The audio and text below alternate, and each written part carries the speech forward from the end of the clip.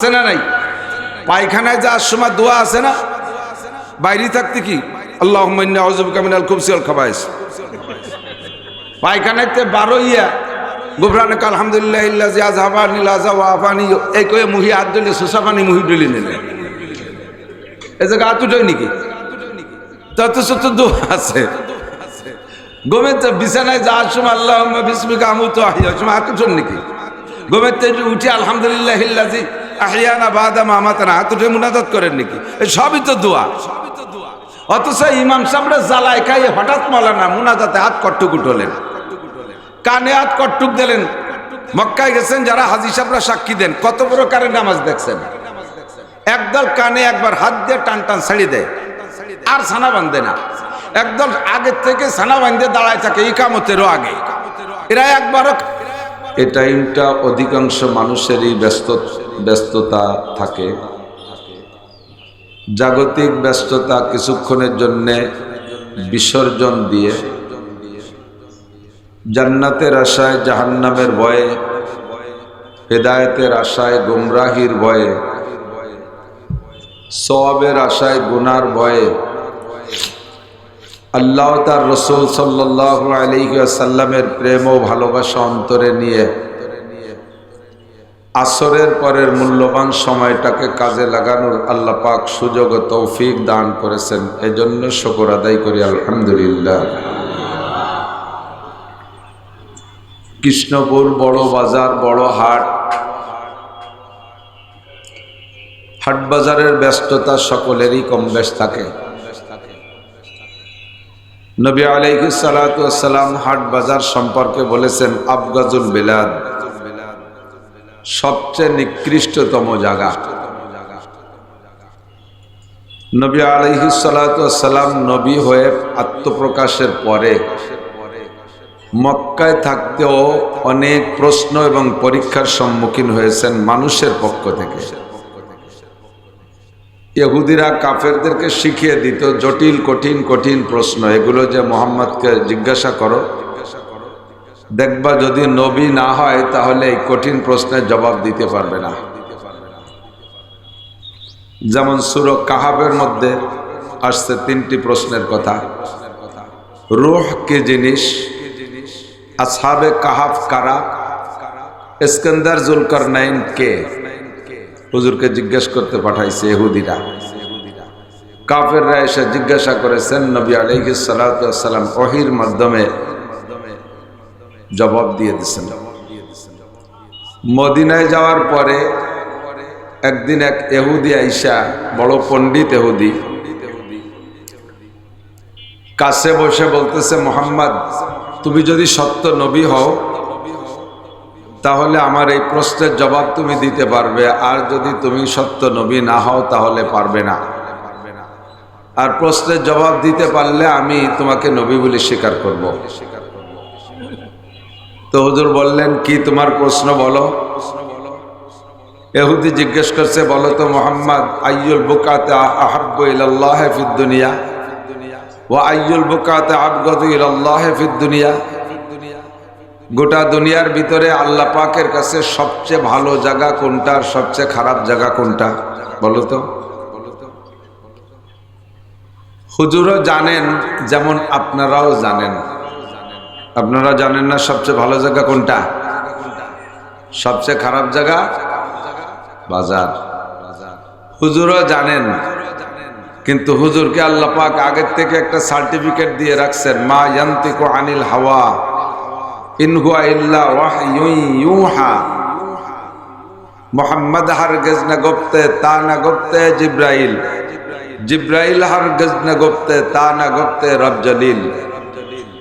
নবী আলাইহিস সালাতু ওয়াস সালাম কোনো ব্যাপারে অতক্ষণ জবান খোলেন না, মুখ খোলেন না, যতক্ষণ জিব্রাইল শিখাই না দেন। আর জিব্রাইলও নিজের থেকে কিছু শিখায় না যতক্ষণ পর্যন্ত আসমান থেকে এনে না বলে। হুজুরের অভিজ্ঞতার আলোকে হুজুর জবাব দেন নাই, আমাদের খেয়াল করতে হবে। সব জায়গায় একটা জিনিস আমি দেখি, আমার বড় বিরক্ত লাগে, সেটা কবে যে শান্তি পারবো মনে হয় পারবো না বেঁচে থাকতে।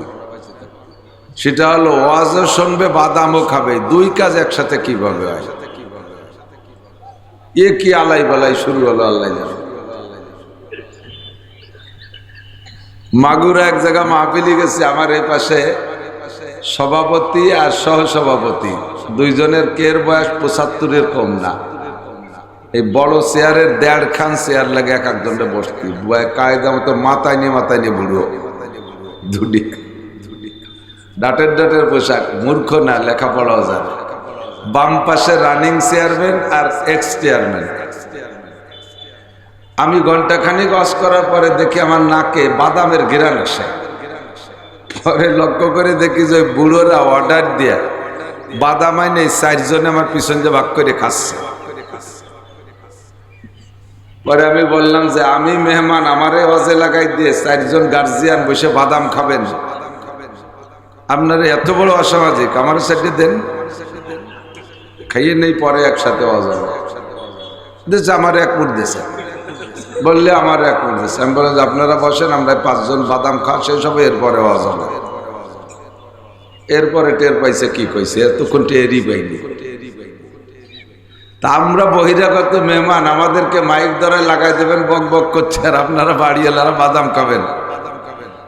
কমপক্ষে ফরিদপুরের মানুষ তো এত বড় অসামাজিক না। বৃহত্তর ফরিদপুরের সামাজিকতা সারা বাংলাদেশের ভিতরে ব্যতিক্রম। ঘুরছি তো সারা দেশ, সব জায়গা ঘুরে দেখছি। বৃহত্তর ফরিদপুরের 5 জেলার আদর্শ সামাজিকতা সারা বাংলাদেশের ভিতরে একটু উন্নত। ডাকাইলেরা ডাকাইলে হতে পারে রাজধানীর, কিন্তু এই আদর্শের সাথে মিল হবে না।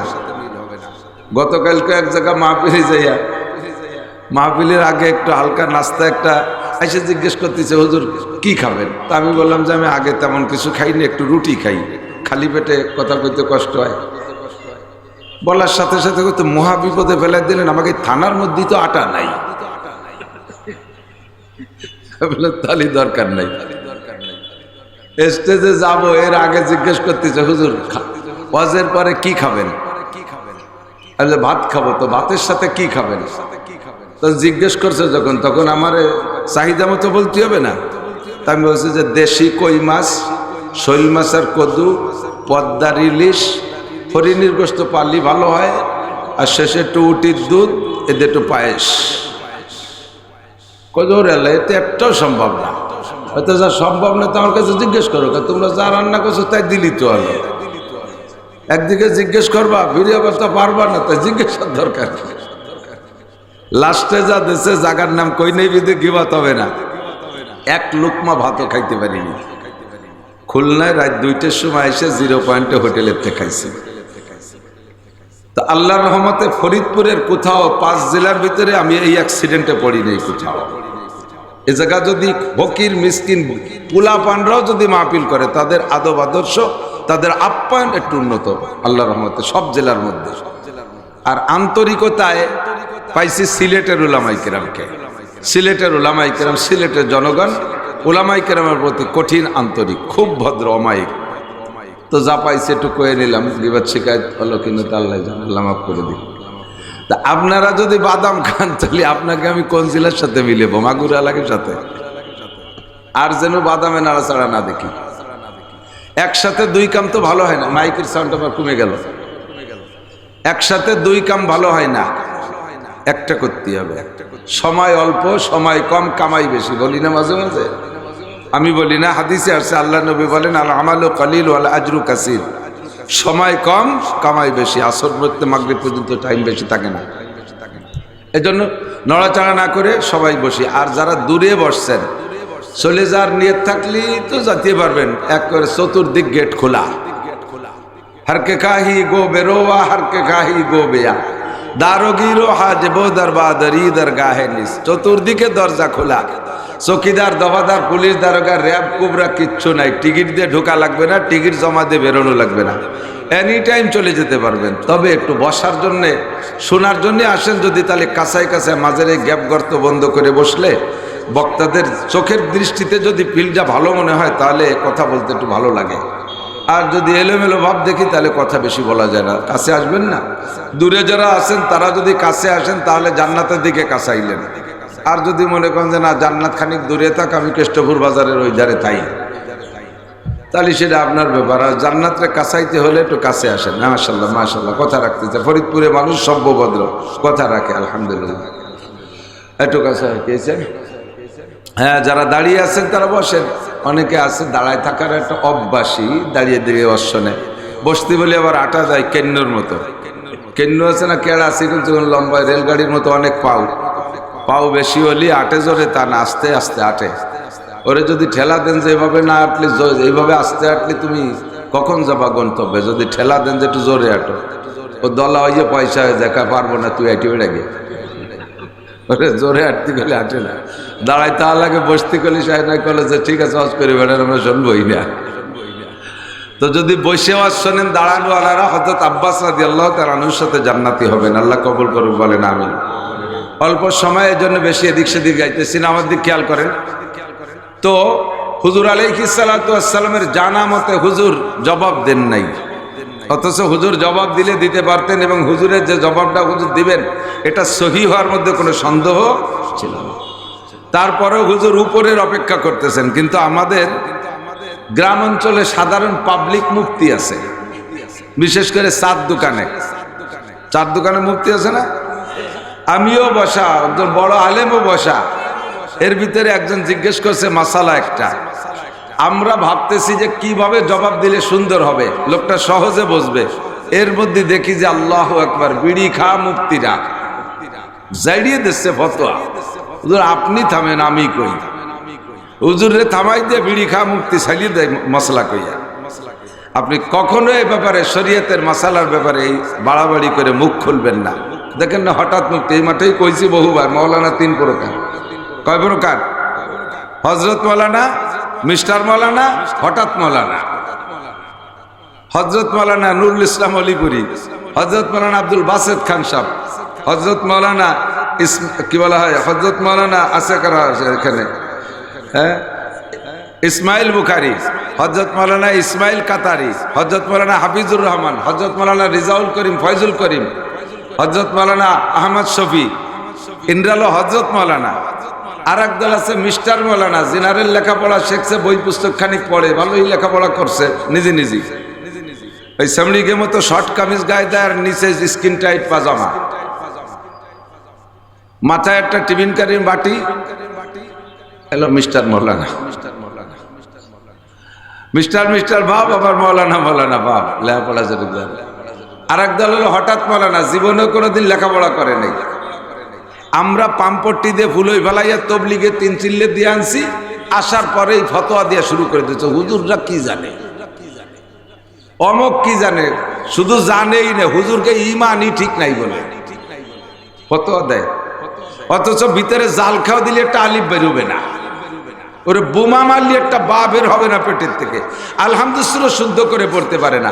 3 চিল্লে দিয়ে এসে হঠাৎ মৌলানা পাগড়ি একটা বাঁধতে বাবরি রাখছে, আবার ওই যে কাকের মতো বাউলকে মতো বাবরি রেখিয়া, এরপরে জুব্বা একটা গাইদে মুফতি সাহেব। জীবনে লেখাপড়া কিচ্ছু করে নাই, মাদ্রাসায় যায় নাই। আমরা একটু পাম্পট্টি দিয়ে সরমুনাই ফাটাইছি, ওই জায়গাতে গুল্লি দিয়ে বাগড়ি একটা বাঁধতে জুব্বা একটা গাইদে। মসজিদের ইমামরা জ্বালাই খায়, ইমামতি মোটে করারই কায়দা নেই। হুজুর মোনাজাতে হাত কটটুক উঠলেন, কানে হাত কটটুক দিলেন।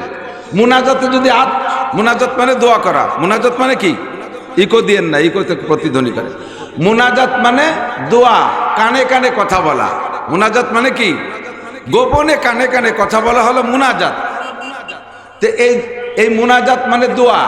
তো দোয়া তো শুধু যখন আমরা হাত তুলে করি তখন করি, সেটা ঠিক আছে, কিন্তু বহুত জায়গায় দোয়া আছে, সব জায়গায় দোয়াগুলো পড়ি কিন্তু হাত উঠই না, আছে না নাই? পায়খানায় যাওয়ার সময় দোয়া আছে না, বাইরে থাকতে কি আল্লাহুম্মা ইন্নী আউযু বিকা মিনাল খুবসি ওয়াল খাবায়েস, পায়খানাতে 12 ইয়া গুফরানাকা আলহামদুলিল্লাহিল্লাযী আযহাবানিল আযা ওয়া আফানি, এই কয়ে মুহি হাত দিলে সুসাফানি মুহি ডলি নিলে, এই জায়গা হাত উঠই নাকি? তত শত দোয়া আছে। গোমেতে বিছানায় যাওয়ার সময় আল্লাহুম্মা বিসমিকা আমুতু আহইয়া, সময় হাত উঠেন নাকি? গোমেতে উঠে আলহামদুলিল্লাহিল্লাযী আহইয়ানা বাদা মা আমাতানা, হাত উঠে মুনাজাত করেন নাকি? এই সবই তো দোয়া। অথচ ইমাম সাহেবরা জ্বালায় খাই, হঠাৎ মৌলানা মুনাজাতে হাত কটটুক উঠলেন, কানে হাত কটটুক দিলেন। মক্কায় গেছেন যারা, হাজী সাহেবরা সাক্ষী দেন, কত প্রকারের নামাজ দেখছেন। একদল কানে একবার হাত দিয়ে টান টান ছাড়ি দেয়, আর ছানা বাঁধে না। একদল আগের থেকে ছানা বাঁধে দাঁড়ায় থাকে ইকামতেরও আগে, এরা একবারও কানে হাত দেয় না। আর একদল কানে হাত দিয়ে ছানা বাঁধে ছাড়ি দেয়, আর একদল কানে হাত দেয় না, ডাইরেক্ট ছানা বাঁধে। একদল টোটাল কোনো সময় কিছু করে না, কানেও হাত দেয় না, ছানাও বাঁধে না, টান টান। সবার দলে হাদিস আছে, সকলের আমলের পক্ষে হাদিস আছে। অথচ এই হঠাৎ ওয়ালাটারা ইমামকে জ্বালায় খায় এই সমস্ত নিয়ে। অত তারে যদি জিজ্ঞেস করি কাকা দোয়া কুনুতে শুনুন দি, তোরা পাইছো তো খালি ওইগুলো। তা আসরটায় হাত দিলি সেই সময় উনি কাইতে পড়ে। আর যত নফল মুস্তাহাব এইগুলো নিয়ে পাগলামি। এই জন্যে ফতোয়া দেওয়ার ব্যাপারে, মশালা বলার ব্যাপারে আপনি জবানকে হেফাজত করবেন, খুব কন্ট্রোল থাকবেন। অত ভকাভক মশলা করতে যাবেন না। মশলা বলবে উলামায়ে কেরাম, কতক্ষণ নবী পাক জানা সত্ত্বেও জবাব দেন নাই। ইহুদি জিজ্ঞেস করছেন, হুজুর চুপ করে বসে আছে। ফাজা জিব্রাইল আসছে, মা তাহজান ইয়া রাসূলুল্লাহ, হুজুর কি চিন্তা করেন? হুজুর বলেন সালানি ইহুদি আইয়ুল বুকাতে হাব্বু ইলাল্লাহ ওয়া আইয়ুল বুকাতে আবগাদু ইলাল্লাহ ফিদ দুনিয়া। দুনিয়ায় সবচেয়ে ভালো জায়গা আর খারাপ জায়গা কোনটা, এটা ইহুদি আমার কাছে জানতে চাইছে। তা আমি যা জানি তা আমি বলি নাই। জিব্রাইল তুমি কি জানো বলো। জিব্রাইল কা হুজুর আমিও জানি, তা আমিও কব না, আমিও মালিকের কাছ থেকে শুনিয়ে আসি। তো হুজুর বলতেছেন তুমি আজকে যাবো, আবার কবে আসবা, এর মধ্যে যদি দেরি হয়ে যায়। তাই ইহুদি তো বলি বেড়াবে যে মোহাম্মদকে জিজ্ঞাসা একটা করছি, কইতে পারে না ভুয়ো নবী, তাহলে তো দেরি হয়ে যায়। কি আর তুই কবে আসবা? তো জিব্রাইল বলতেছে ফি তারফাতিল আইন, আপনি চোখে পলক মারবেন, এর মধ্যে আমি চলে আসবো। বলেন না সুবহানাল্লাহ। চোখের পলক, আসলে চোখের পলকে তো অনেক সময় না, সময় তো একটু লাগবেই। আমরা এই চোখের পলক শব্দ ব্যবহার করি না। এই জায়গা থেকে একজনের পান আনতে পাঠাইছি, তুই বাজারে একটা পান নিয়ে আয়। ওরে বলে দিয়েছেন কি চোখের পলকে যাবি আসবি। এই বাজারে যাওয়া আসা পান বানানো কিনা এ কি চোখে এক পলকের দ্বারা সম্ভব? তাই তো চোখের টানি ধরে যাতে যাতে পলক না মারে। এই চোখের পলক মানে খুব দ্রুত আসবা, তাই না? তো জিব্রাইল বলতেছে হুজুর খুব তাড়াতাড়ি আসবো। বাস জিব্রাইল চলে গেছে। তো জিব্রাইলের গতি কেমন ছিল?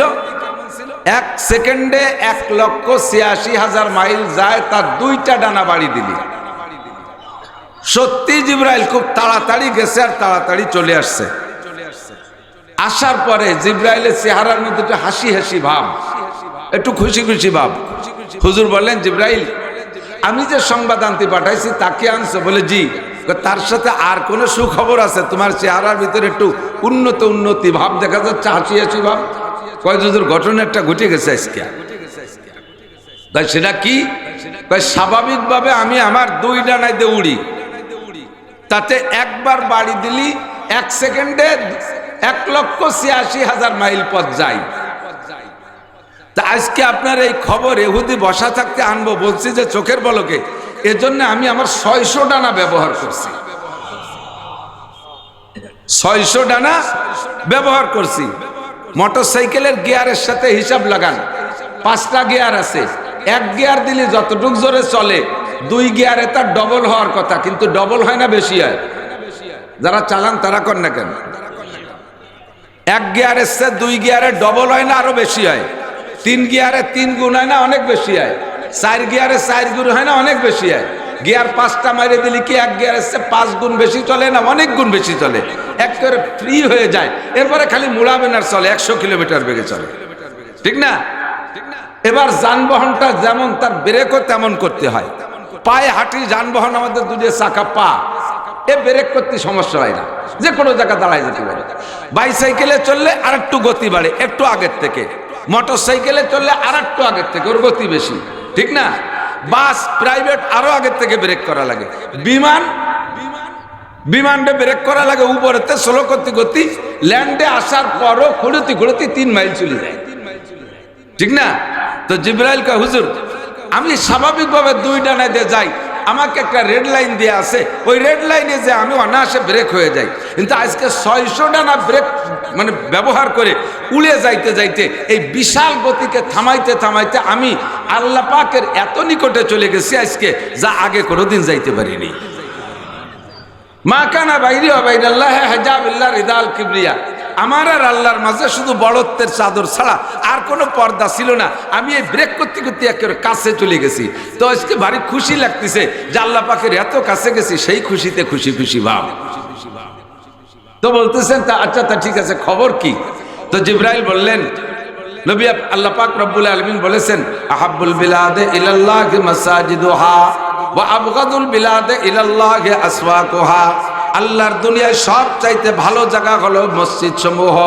সমস্ত মসজিদগুলো সবচেয়ে ভালো জায়গা, এর চেয়ে ভালো জায়গা জগতে হইতে পারে না। ওয়া আবগাদুল বিলাদে ইলাল্লাহি আসওয়াকুহা। আর আল্লাহর দুনিয়ায় যত জায়গা আছে তার মধ্যে সবচাইতে নিকৃষ্ট খারাপ জায়গা হলো বাজার সমূহ। বাজারের ভিতরে ধোঁকা চলে, বাজারের মধ্যে ফাঁকি চলে, লাগামহীন কথা চলে, মিথ্যা কথা চলে, মিথ্যা কসম খাওয়া চলে, গাঁজা বিক্রি হয়, এবা বিক্রি হয়, ফেন্সিডিল বিক্রি হয়, হিরোইন বিক্রি হয়, অকথ্য ভাষায় গালাগালি কাজাকাজি চলে, একে অপরকে ঠগাঠগি চলে। বাজারের চাইতে নিকৃষ্টতম জায়গা হয় না।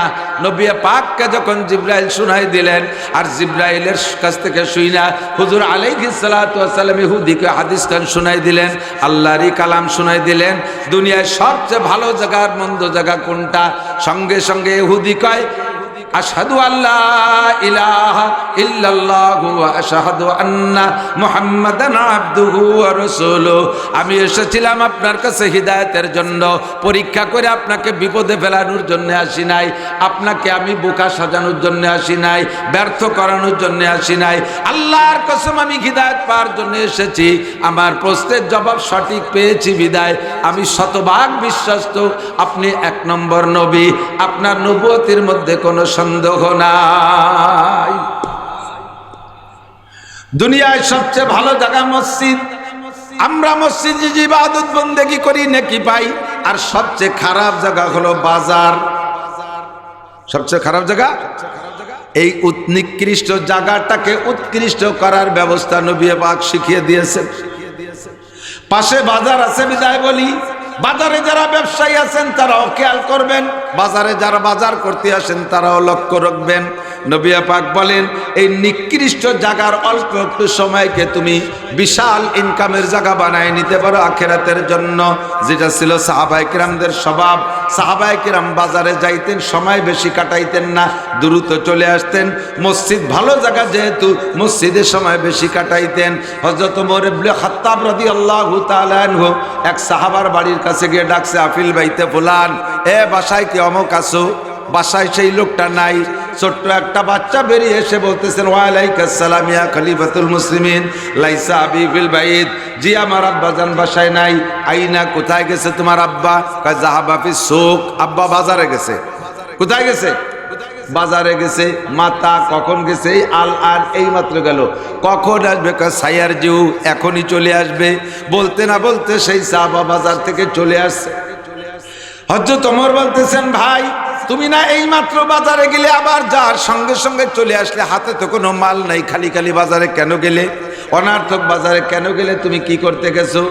সাহাবী বলেন, আমি বাজারে গিয়েছিলাম কিছু গুনাহ বিক্রি করে কিছু নেকি কেনার জন্য। গুনাহ বেচা নেকি কেনার জন্য। এই জন্য গুনাহ আর গুনাহ বেচে নেকি কিনতে সময় বেশি লাগে নাই, আর কোনো কাজ নাই, বসে বসে আমি তাই চলে আসছি। সাহাবী হযরত ওমর বলেন, বাইরে আমার তো জানা নাই বাজারে কোন গলিতে গুনাহ বিক্রি হয় আর কোন গলিতে নেকি কেনা যায়। গুনাহ বেচে কোন গলিতে, নেকি বেচে কোন, নেকি কেনে কোন গলিতে। ওই সাহাবা বলতেছেন, আমার স্বামীটা আপনি কি শোনেন নাই? হুজুর বলেছেন, যদি কোনো ব্যক্তি বাজারে যায়া একটা দোয়া পড়ে, তার আমল নামা থেকে আল্লাহ পাক 10 লক্ষ গুনাহ মাফ কইরা দেয়। এটা যে কোনো গলিতে বাজারের এরিয়ার মধ্যে ঢুকে দোয়াটা পড়লেই এমন বিশাল ইনকাম। 10 লক্ষ সগীরা গুনাহ মাফ।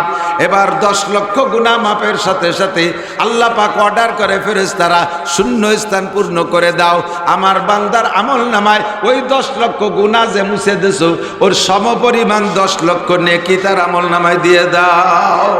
উলামায়ে কেরামের জানা আছে, মিশকাতুল মাসাবি কাছের কিতাব মিশকাত শরীফের মধ্যে আপনি খুঁজলে পাবেন ইনশাআল্লাহ।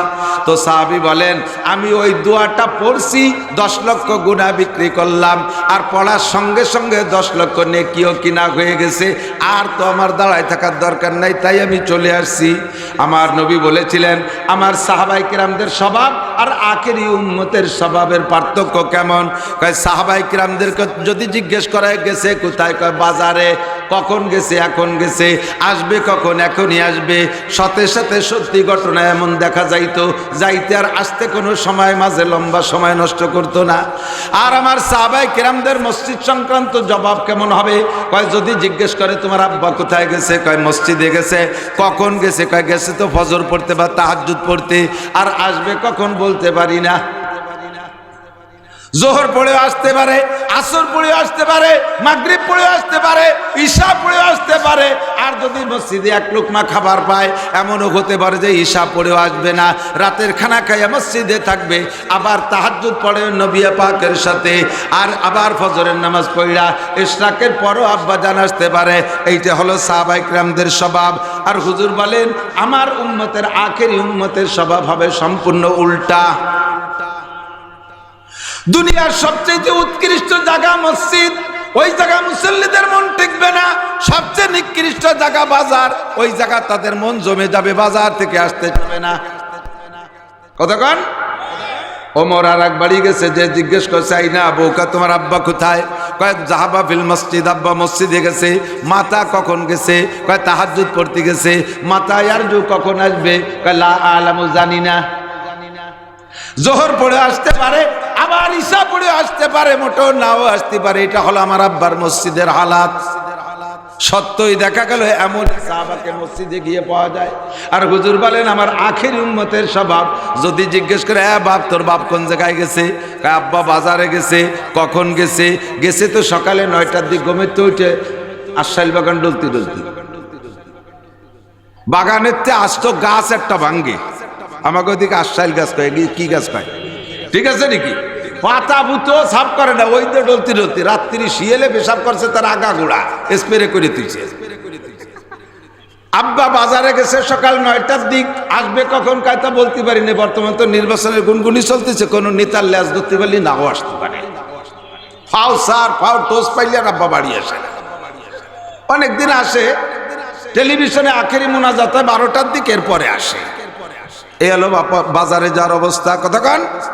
সাত দোকানে বৈশা হাসিনারে উঠাও, খালেদারে ডুবাও, খালেদারে উঠাও, হাসিনারে ডুবাও। সাত দোকানে বানাই নিচ্ছ মিনি সংসদ ভবন। সময়ের কোনো তোয়াক্কা নাই, সময়ের কোনো হিসাব নাই, সময়ের কোনো দাম নাই। 70, 80, 90 বছরে বুড়োরা পর্যন্ত তাদের পাচার গসায়। বছরে 2 বার বেঞ্চ পাল্টানো লাগে। একটা টাকার মাল কিনে খায় না, ফাও খাওয়ার জন্য একেবারে শগুনির মতো চৌকু চড়ে বসে থাকে, আছে না? অথচ আজান হইলে মসজিদই যায় না, সেই জায়গায় বসে ঠুলঠুলে কাশতে থাকে। কাঁচা পাকা কাশ ফেলাইয়া চার দোকানটারে শেষ করে দিচ্ছে। কাঁচা পাকা কাশ চেনেন না? পান খাওয়া লাগে কাশের কালার 2 ভাগ, আদা লাল আদা কাঁচা সাদা। এ যে কি সুন্দর দেখা যায়, পুরো চার দোকানটা ধ্বংস করে দিছে। এর পক্ষে চাচা মসজিদি তবলিগ জামাতে একটু চলেন, কয় না গ্যাস গ্যাস, পেটে গ্যাস। মাঝে মাঝে এমন গ্যাস ওই জায়গা ছাড়ে, এক গ্যাসে 3 সিলিন্ডার মেরে দেয়। চার দোকানদারও কেতলি ফেলাইতে সরিয়ে যাওয়া লাগে। এই বুড়ো শয়তানগুলো ওই জায়গায় বসে শয়তানি করে।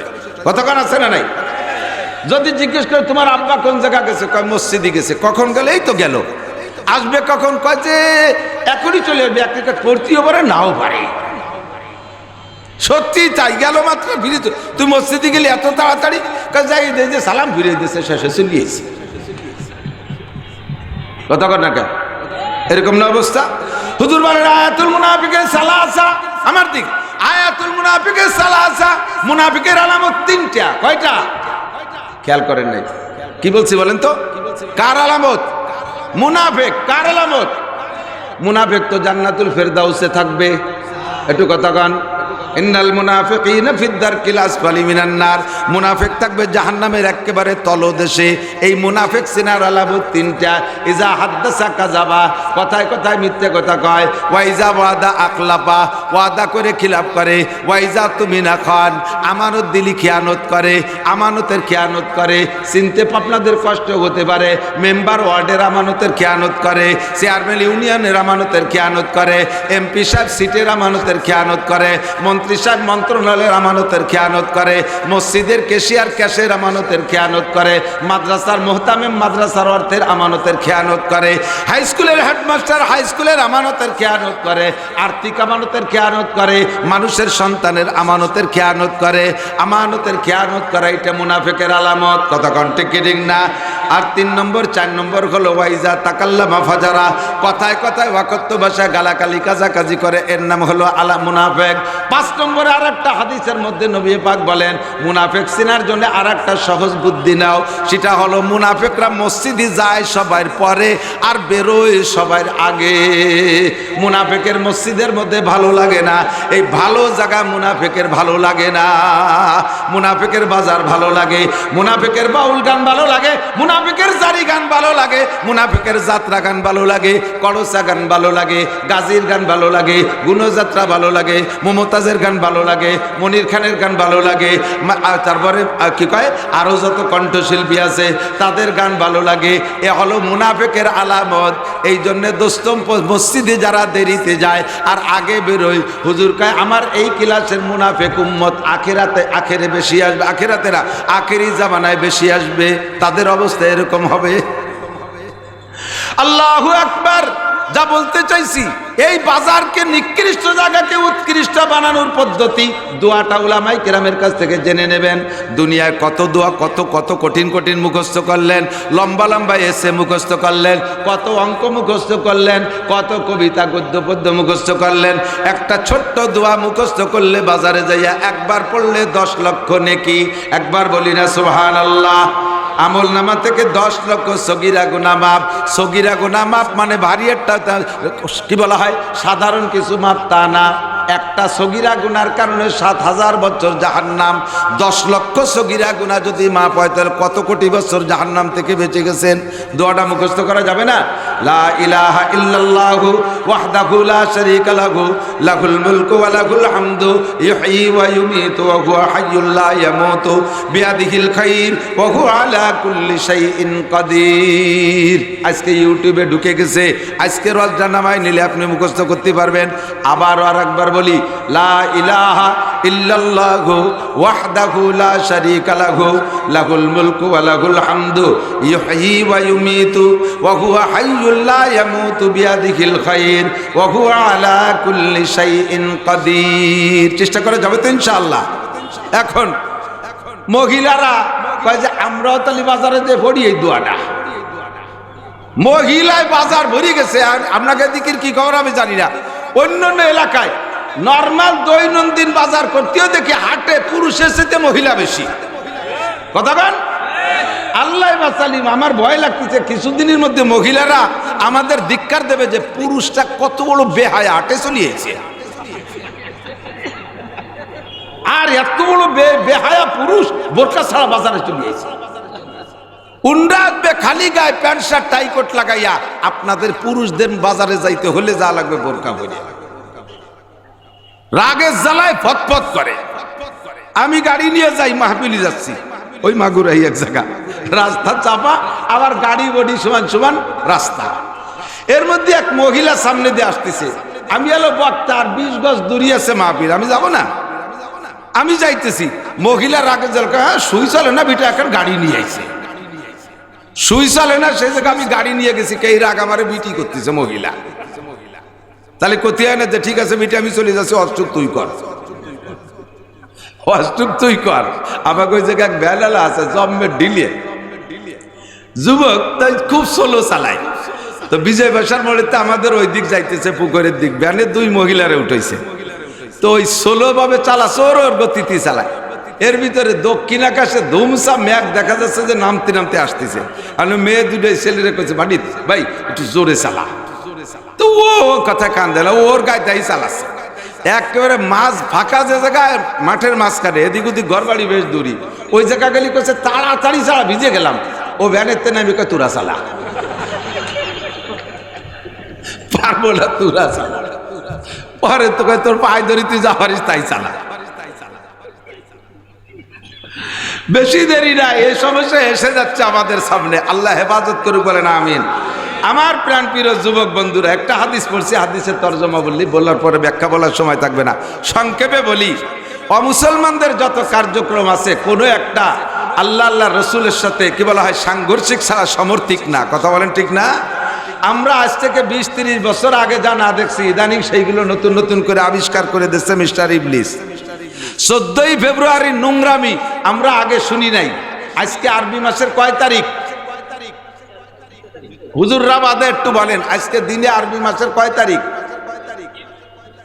কয় তারিখ? আমি সব কয় আঙ্গুল দিয়েছি, যেটা ওকে টাকো। আজকে 2 তারিখ। চাঁদের কয় তারিখ? 2 তারিখ। হুজুররাও ফেল করলে হবে কে? শাবান মাসের 2 তারিখ। ইংরেজি মাসের কয় তারিখ কন্ত? দেখছেন, ইংরেজি 2 তারিখ তা সবাই জানে, কারণ 14 তারিখের হিসেব রা লাগতেছে। 14ই ফেব্রুয়ারির হিসাব। 14ই ফেব্রুয়ারিতে কি হবে? আল্লাহর গজব হবে যেন কোন দিন আল্লাহ ভালো জানে। সারা দুনিয়া জুড়ে 14ই ফেব্রুয়ারিতে লক্ষ লক্ষ যুবক যুবতী অন্যায় করবে, আর এই রাত্রে হাজার হাজার যুবতী মেয়েরা অনাকাঙ্ক্ষিত অবৈধ গর্ভধারণ করবে। সারাটা দুনিয়া জারস সন্তান হারামজাদা জাইরোর বাচ্চা প্রোটেকশন দেওয়ার জন্য বিশ্বের মুসলমানরা একটা দিন ধার্য করেছে। কথা বলেন ঠিক ঠিক না? মুসলমানের সন্তান, এখান থেকে পাক্কা প্রতিজ্ঞা করো, তুমি আসছো পবিত্র জায়গায়, তোমার জন্য দোয়া করব। আল্লাহ তোমাকে দামি বানায় দিক, আল্লাহ তোমারে মক্কা মদিনা দেখার তৌফিক দান করুক, আল্লাহ তোমাকে আল্লাহর ওলি হিসেবে কবুল করুক, বলেন আমিন। তোমার কর্মজীবন উজ্জ্বল করুক। তবে আজকে পাক্কা প্রতিজ্ঞা থাকতে হবে, মুসলমানদের আবিষ্কৃত কোন নোংরা দিবস আমরা পালন করব। 14ই ফেব্রুয়ারি কি চলে সবাই জানেন। অনেকে আগের থেকেই বাপরে কইয়া দামি মোটরসাইকেল দেখলাম নতুন নতুন কয় পাঙ্কু কিনে ফেলাইছে। মানে যে মোটরসাইকেল আগে এত আগে এখন কিনলে ওই সময় কয় যে জানেন না 14ই ফেব্রুয়ারি আসতেছে। ওই সময়মনি পদ্মা সেতুতে যাবে, কুয়াকাটা যাবে, এরপরে করমজল যাবে সুন্দরবন, আর সাথে পিছনে পাওয়ার ব্যাংক একটা সাজাইছে। পাওয়ার ব্যাংক চেনেন তো? হ্যাঁ, পাওয়ার ব্যাংক। সুন্দরী মহিলা অর্ধ উলাঙ্গিনী পিছনে একটা বসাইলে ড্রাইভারের ভিতরে পাওয়ার বাড়ে, ও খালি মোড়ায়। এর নাম হলো পাওয়ার ব্যাংক।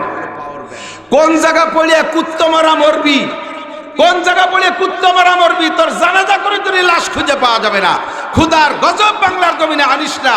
এবছর বাংলার জমিনে সব জায়গায় ঘুরে দেখেছি আমি, এই কয় মাসের ভিতরে 64 জেলার কোনো জেলায় যাইতে বাদ নাই, সব জেলা দেখে আসছি।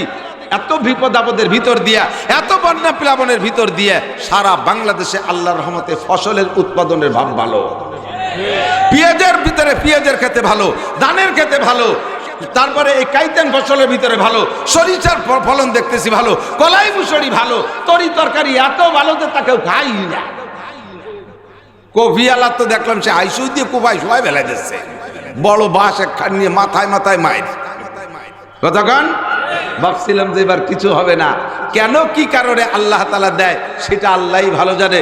তবে আমরা জানি ওয়ালাউ আন্না হালাল কুরা আমানু ওয়াত্তাকাও, যদি দুনিয়ার মানুষ ইমানদার হয় আর তাকওয়া পরহেজগারি অবলম্বন করে, হকের পক্ষে স্লোগান তোলে, মুসলমান যদি হকের পক্ষে স্লোগান তোলে, আল্লাহ পাক আসমান থেকে রহমত আর জমিন থেকে বরকতের দরজা খুলে দেয়। কথা বলেন ঠিক কি ঠিক না? কি হকের পক্ষে স্লোগান তুলছেন আল্লাহই ভালো জানে। হয়তো ফসল কোন কারণে যেন আল্লাহ তাআলা ভালো দিচ্ছে, আল্লাহ তাআলা বরকত বাড়ায় দিক। 14ই ফেব্রুয়ারি, 1 জানুয়ারি, 31 নাইট এবং অন্যান্য যে দিবস আছে, এই সমস্ত দিবসের নোংরামি তোমরা বাদ দাও। দেখবো যে ইনশাআল্লাহ, আমি তো বহুবার চ্যালেঞ্জ করে বলেছি, মাত্র 40টা দিন, 1 চিল্লা আমার দিক তাকান, কয় চিল্লা? অনলি এক চিল্লা সারা বাংলাদেশে একটা চিল্লা একটু ভালো করে কন্ট্রোল করেন। বিগত সরকারকে পরামর্শ দিছি, বিএনপি সরকারকে দিছি, আমাদের কথা খাই নাই। আমলিগ সরকারের 16 বছর পরামর্শ দিছে, আমাদের কথা খাই নাই। বর্তমান অন্তর্বর্তীকালীন সরকারকে পরামর্শ দেই, বাংলার জমিনে চোখের সামনে তাজা বরকত দেখবেন। মাত্র একটা চিল্লা বাংলাদেশে কন্ট্রোল করেন। সমস্ত পার্কগুলো খালি করে দেন। পার্কে যে জোড়ায় জোড়ায় বসে তসবি টিপতিছে ওইগুলোকে পুলিশ দিয়ে বাড়ি দাবলান। কথা কন না কেন?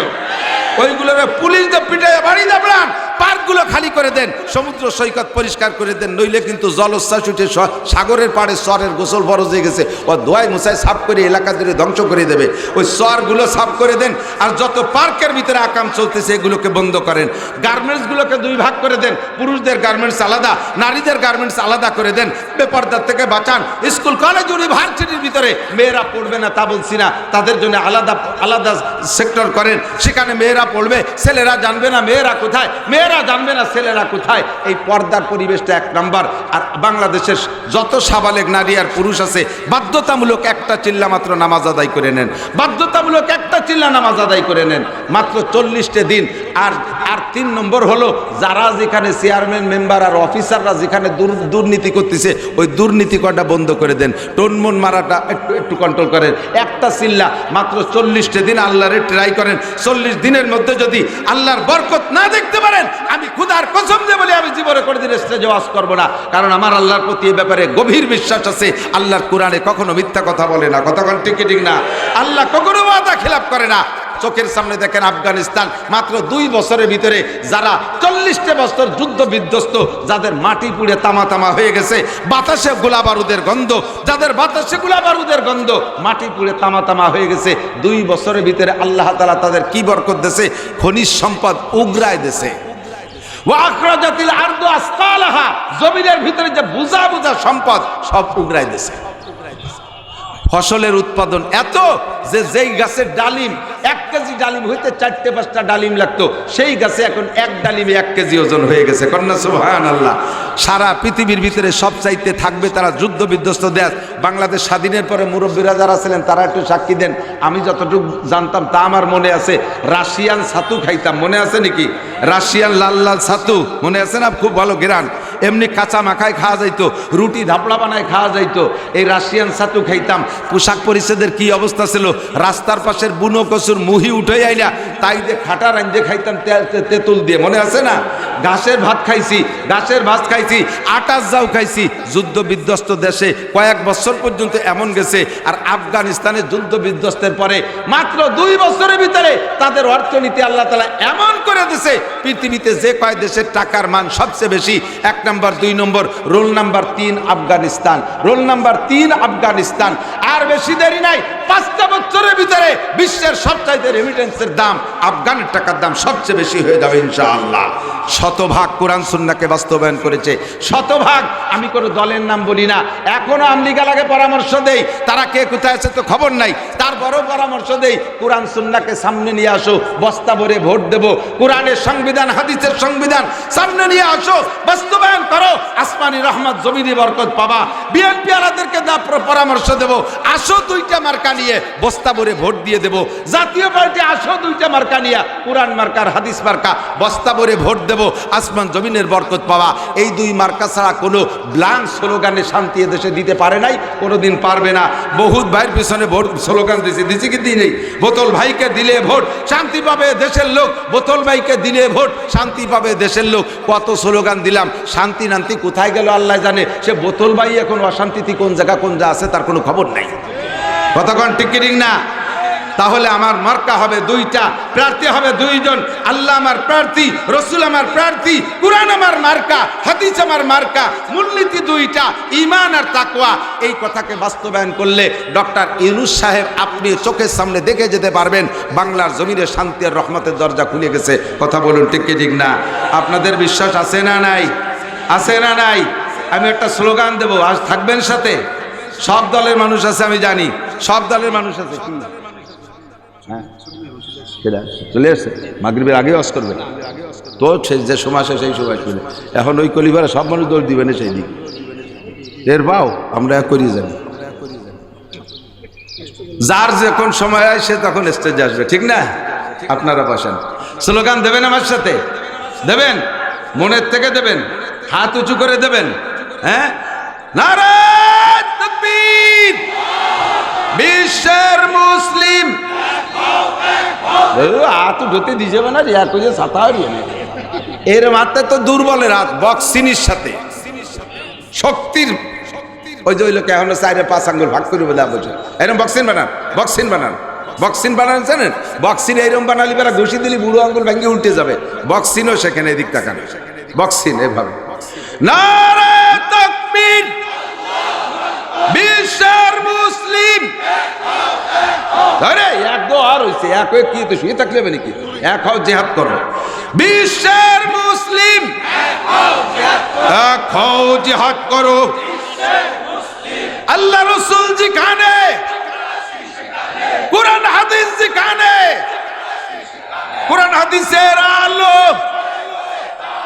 কুরআন সুন্নাহর আলো, উলামায়ে কিরাম যেখানে, আলেম উলামা যে তবলিগে, তবলিগে তবলিগে আলেম উলামা যে তবলিগে, আলেম নাই যে তবলিগে, সন্ত্রাস পার্টি যে তবলিগে, সন্ত্রাস পার্টি যে তবলিগে, দাঙ্গাবাজ যে তবলিগে, খুনির পার্টি যে তবলিগে।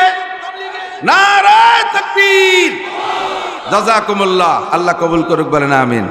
মেহমান চলে এসে আমি হাদিস পড়ছি, নবী পাক সাহাবায়ে কেরামদেরকে নিয়ে বয়ান করার ভিতর দিয়ে বলতেছেন, এই মাইয়া কুযু মিন্নি খামসা খিসাল, আমি 5টা কথা বলবো, কে নেবে? আমার দিক এই কলম না দিশে পাই না। সৌদির মেহমান আসছে, সময় মতো পাবেন ইনশাআল্লাহ। এখন হুজুরের সাথে মুসাফাও পাবেন না, খালি খালি ঠেলা ঠেলি হবে, বিশ্ব ইজতেমার ঠেলা ঠেলির মতো। আমি বিশ্ব ইজতেমায় যাইয়া পায়খানায় গেছি, তো যাইয়ে তো আরো জায়গা পায়খানায় দরজা পাওয়া যায় না। 500-700 মানুষ লাগিয়ে গেলাম ঠেলা ঠেলিতে। 2 ঘন্টা ঠেলা ঠেলি হতে হতে ভুলিয়ে গেছি যে ঠেলা ঠেলি হতেছি কে। পায়খানা করতে যে গেছি যে তা মনে নাই, আমারে ঠেলতেছে তাই সব দিছি, ঠেলা ঠেলি হতেছে, ভুলিয়ে গেছি।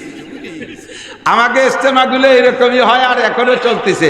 আল্লাহ বাসিলে আমাকে 2 পর্ব শেষে আরেকটা ইজতেমা হবে, সেই ইজতেমায় ইনশাআল্লাহ আপনারা এক একজনের 40-50টা করে পায়খানা ভাগে পাবেন। সে সময় অজু খানায় মানুষটাই দেয় যে গাইতি কুলিয়েছে, গরু যাইয়ে কুলিয়েছে। এটার নাম ইজতেমা, এটার নাম ইজতেমা। আল্লাহ হেফাজত করুক, আমিন। হযরত আবু হুরায়রা বলেন, হুজুর বললেন আমি 5টা কথা বলবো, কে নিবা? হযরত আবু হুরায়রা দাঁড়ায় গেলেন, আমি নেব হুজুর। এরপরে হুজুর বললেন, 5টা কথা শুধু নিয়ে বসে থাকবা না, নিজে আমল করবা, আর যারা আমল করতে চায় তাদেরকে শিখাইয়া দিবা। আমি আপনাদেরকে বলবো, এদিক তাকান, এই 5টা কথা আমি সির্ফ তর্জমা বলবো, ব্যাখ্যা দেওয়ার সময় নাই। 5টা কথার পর নিজে আমল করব, আর একজনকে শিখাই দেবো যাতে সে আমল করে। এখন থেকে 4 দোকানে ফাও গাল গপ্প হবে না, এই কথাগুলো আলোচনা করব। পারা যাবে তো ইনশাআল্লাহ? পারা যাবে তো ইনশাআল্লাহ? আমি আপনাদেরকে, নবী যেমন আবু হুরায়রার খিলাফতি দিয়েছে, আমি আপনাদেরকে খিলাফতি দিচ্ছি। এই 5টা ওয়াজ আপনারা 4 দোকানে করবেন, দেখবেন আপনার কথাগুলো শোনার চাইতে দামি হবে, শ্রোতারা হা করে শুনবে, মাইক লাগবে না। 5টা কথা। ফাখাজা, আবু হুরায়রা বলেন, ফাখাজা বিয়াদি, আমি বলার সাথে সাথে হুজুর আমার হাত ধরলেন, ফাআদাহুন্না ফিহা, আমার হাতের মধ্যে 5টা কথা গুনলেন। হাতে 5টা আঙ্গুল আছে না, 5 আঙ্গুলের সাথে 5টা মিলাইলেন। সর্বপ্রথম আমার বৃদ্ধাঙ্গুল ধরে বললেন, আবু হুরায়রা ইত্তাকিল মাহারিমা তাকুন আবাদান নাস, তুমি যদি দুনিয়ার সবচেয়ে বড় আবেদ হতে চাও, সবচেয়ে বড় বুজুর্গ হতে চাও, এদিক সবচেয়ে বড় আবেদ হতে চাও, তাহলে একটা কথার পর আমল করো, ইত্তাকিল মাহারিম, তোমার জানা মতে যত হারাম আছে হারামগুলো ছেড়ে দাও। বোঝেন নাই কথা?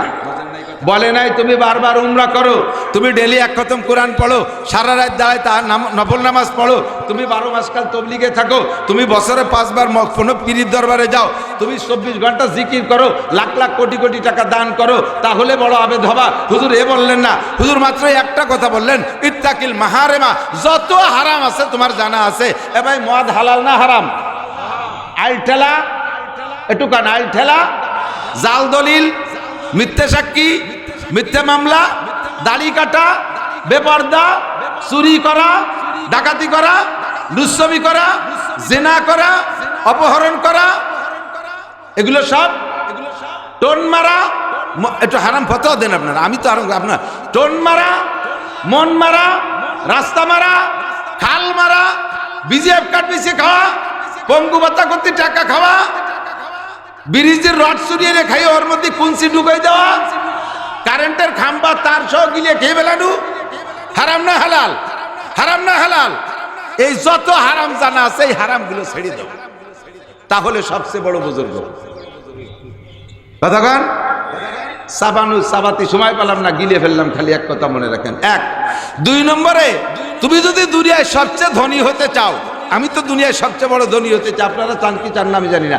আল্লাহ যদি আমার 1000 কোটি 5000 কোটি 10,000 কোটি টাকা দিত, বড় বড় মাদ্রাসা করতাম পরাণ ভরে। এই জন্য আমার পয়সার দরকার, পয়সার লোভ আছে আমার, এই প্রয়োজনে, ব্যক্তিগত প্রয়োজন সব পুড়িয়ে গেছে।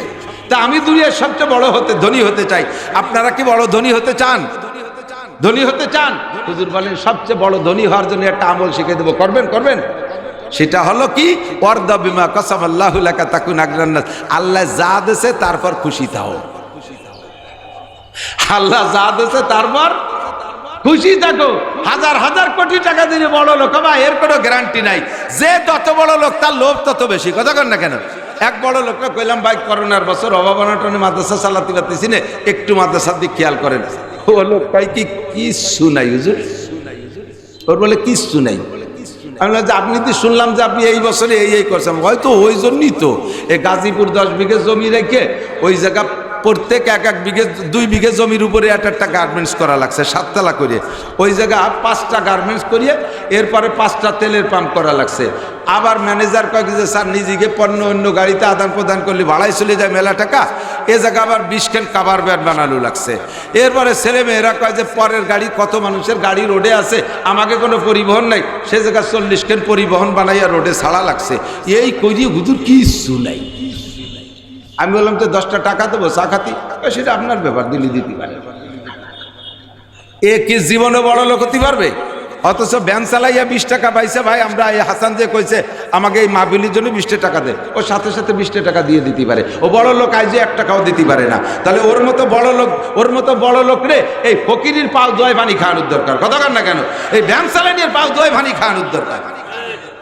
তাহলে ধন সম্পদে কেউ বড় হতে পারবে না। আল্লাহ যা দিয়েছে বলেন আলহামদুলিল্লাহ, বলেন আলহামদুলিল্লাহ। তাহলে আপনি ধনী, নইলে ধনী হতে পারবেন না। ওয়াহসিন ইলা জারিকা তাকুম মুমিনা। প্রতিবেশীর সাথে সদ্ব্যবহার করেন। দোকানদার যারা আছেন এদিক তাকান, একে অপরের পাশাপাশি ব্যবসা করেন, প্রত্যেকে ব্যবসার দিক খেয়াল রাখবেন। এই মাইকের ব্যবসায়ীরা কে জানেন? ওদের মাইকালাদের অ্যাড আমি তো জানি সব জায়গার খবর। সারা দিন ভরে দোকানের সামনে বিশাল বক্স দুটো লাগাই দিয়ে ধুম ধাক্কা ঢোলের বাড়িতে পুরো বাজার কাঁপায় ফেলে। মসজিদের ইমাম সাহেব ওর দোকানের পাশে ছোট্ট একটা দোকান করছে, একটু তসবিটা টুপিটা বা জায়নামাজ টাইনামাজ এইগুলো বেছে, ওকে ঢোলের বাড়ি জ্বালায়। সে দোকানদারের সামনে, ইমাম সাহেবের দোকানের সামনে লোকই দাঁড়াতে পারে না। জিজ্ঞেস করে হুজুর টুপি কত? হুজুর কয় 20 টাকা। আর ওর সাথে 2 টাকা। ঢোলের বাড়ি জ্বালাচ্ছে 20 200 দেয়। এখন এই ইমাম সাহেব ওনাকে কইছে ভাই পাশাপাশি ব্যবসা করি, একটু আওয়াজ কমালি ভালো হয়। কয় যে যার যার পজিশন তার তার মাতুব্বাড়ি। 2 লাখ টাকা দিয়ে পজিশন কিনছি, কথা বাড়াবেন না। হুজুর মানুষে কি এরবে? প্রতিবেশী। ইমাম সাহেব কতদিন এই নির্যাতনের পরে উনি প্ল্যান করছে, এরা তো রাত 12টা পর্যন্ত এই করিডোরে, তারপরে গটি কম্বল গুছাইয়ে শাটার বন্ধের ভিতরে ঘুমায়। এরা যখন বিছানায় শুইতে গেছে, ইমাম সাহেব খালি জেরেটটা নিয়ে টিন মুগুর দিয়ে ঠাস ঠাস ঘরের মধ্যে বেরিয়ে এসছে। ওরা কাজে কাকা কি আর ঘুমাতে দেন? যার যার পজিশন তার তার ঘুমা। এবার আমি ফজর পর্যন্ত বাইরে কথা কর না কে? এই যে আচরণ, এইটা তো প্রতিবেশীর হক আদায় না। বিল্ডিং বানাবেন আর একবার বাতাস বন্ধ না হয়ে যায়, ঘর বাড়ি বানাবেন আর একজনের রাস্তা বন্ধ না হয়ে